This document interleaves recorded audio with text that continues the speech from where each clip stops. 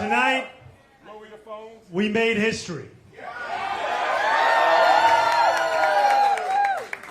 In the words of Nelson Mandela, it always seems impossible until it is done.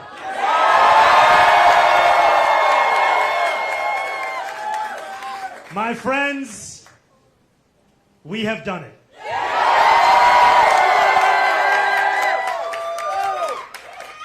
I will be your Democratic nominee for the mayor of New York City.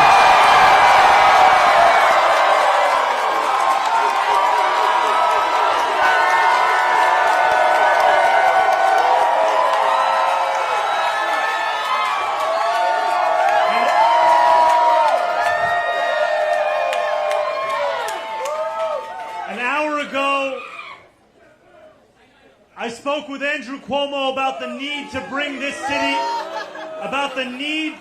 this city together as he called me to concede the race.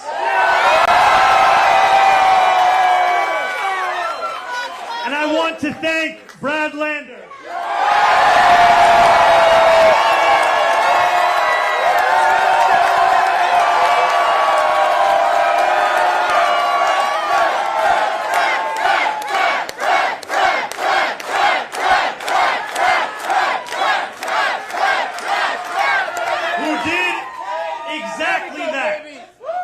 Together we have shown the power of the politics of the future. One of partnership and of sincerity. Let's go! There we go! Today, 8 months after launching this campaign, with the vision of a city that every New Yorker could afford, we have won.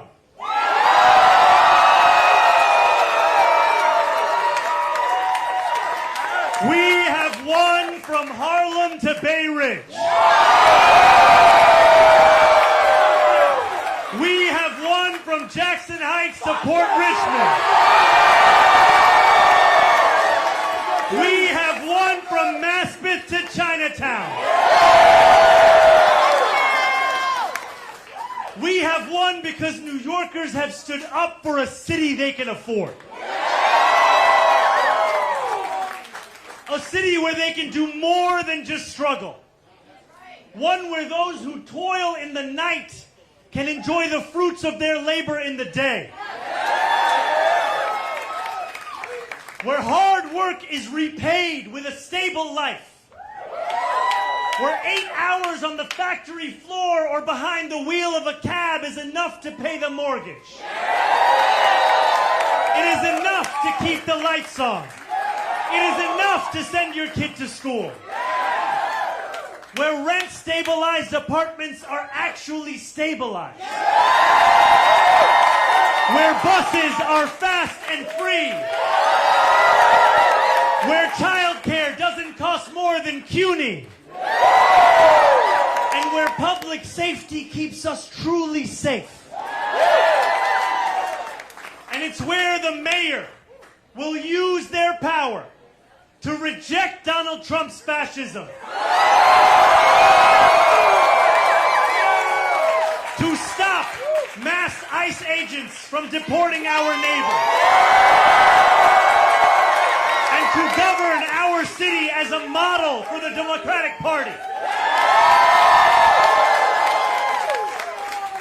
A party where we fight for working people with no apology. A life of dignity should not be reserved for a fortunate few. It should be one that city government guarantees for each and every New Yorker. If this campaign has demonstrated anything to the world, it is that our dreams can become reality. Dreaming demands hope. And when I think of hope, I think of the unprecedented coalition of New Yorkers that we have built. For this is not my victory. This is ours. It is the victory of the Bangladeshi auntie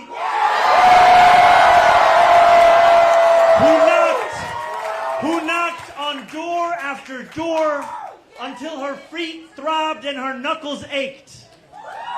It is the victory of the 18-year-old who voted in their first ever election.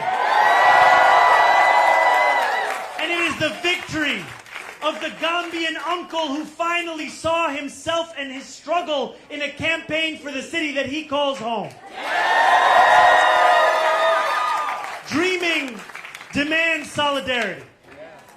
And when I look out at this room and out onto the midnight skyline, that is what I see. Canvas launches that continued in the pouring rain. Children who called parents. Strangers who care about those they will never meet. A New York that believes in each other and in itself. This is solidarity. And it defines our victory. And above all, dreaming demands work. Last Friday night, as the sun began to drop in the sky, I set off on a 13-mile walk from the northernmost tip of Manhattan to the base of the island. We began in Inwood, where music played and neighbors set out dominoes on the sidewalk. It was 7 p.m. The weekend had arrived. For most people, the time for work was over. But this is New York, where the work never ends. Waiters carried plates on 181st Street. Conductors drove the subways that rattled high above 125th. And world-class musicians tuned instruments as we passed Lincoln Square. By the time we made it downtown, a crowd marched behind us, a living embodiment of the energy and purpose that defines this campaign. Still, long past midnight, New York worked. Garbage trucks weaved through empty streets. Fishmongers carried in tomorrow's wares.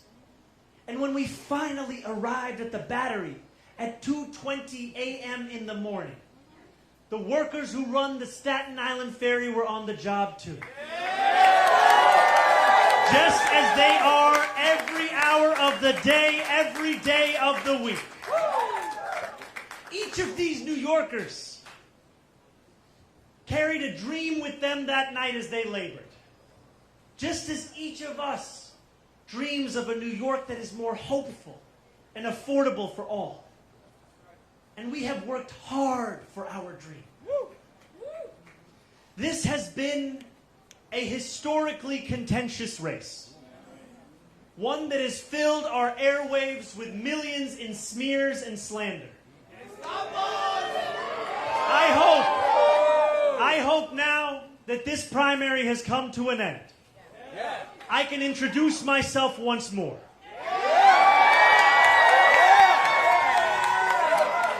Not as you've seen me in a 30-second ad or in a mailer in your mailbox, but as how I will lead as your mayor. I will be the mayor for every New Yorker. Whether you voted for me, for Governor Cuomo, or felt too disillusioned by a long, broken political system to vote at all, I will fight for a city that works for you, that is affordable for you, that is safe for you. I will work to be a mayor you will be proud to call your own. I cannot promise that you will always agree with me, but I will never hide from you. If you are hurting, I will try to heal. If you feel misunderstood, I will strive to understand. Your concerns will always be mine, and I will put your hopes before my own. And I know that those hopes extend beyond our 5 boroughs. There are millions of New Yorkers who have strong feelings about what happens overseas. I am one of them. And while I will not abandon my beliefs or my commitments, grounded in a demand for equality, for humanity, for all those who walk this earth, you have my word to reach further, to understand the perspectives of those with whom I disagree, and to wrestle deeply with those disagreements. Let me close with this. In these dark times, I know that it is harder than ever to keep faith in our democracy. It has been attacked by billionaires and their big spending, by elected officials who care more about self-enrichment than the public trust, and by authoritarian leaders who rule through fear. But above all, our democracy has been attacked from within. For too long, New Yorkers have strained to find a leader who represents us, who puts us first. And we have been betrayed time and again. After so many disappointments, the heart hardens, belief becomes elusive. And when we no longer believe in our democracy, it only becomes easier for people like Donald Trump to convince us of his worth. For billionaires to convince us that they must always lead. As FDR said, democracy has disappeared in several other great nations. Not because the people disliked democracy, but because they had grown tired of unemployment and insecurity, of seeing their children hungry while they sat helpless in the face of government confusion and weakness. In desperation, they chose to sacrifice liberty in the hope of getting something to eat. New York, if we have made one thing clear over these past months, it is that we need not choose between the two. We can be free and we can be fed. We can demand what we deserve. And together we have built a movement where everyday New Yorkers recognize themselves in our vision of democracy. Every new voter registered, that is faith renewed. Every voter who traveled through withering heat to the polls, that is faith renewed. And every New Yorker who sees solutions to the daily challenges they face in this campaign, that is faith renewed. Together, New York, we have renewed our democracy. We have given our city permission to believe again. And I pledge to you that we will remake this great city, not in my image, but in the image of every New Yorker who has only known struggle. In our New York, the power belongs to the people.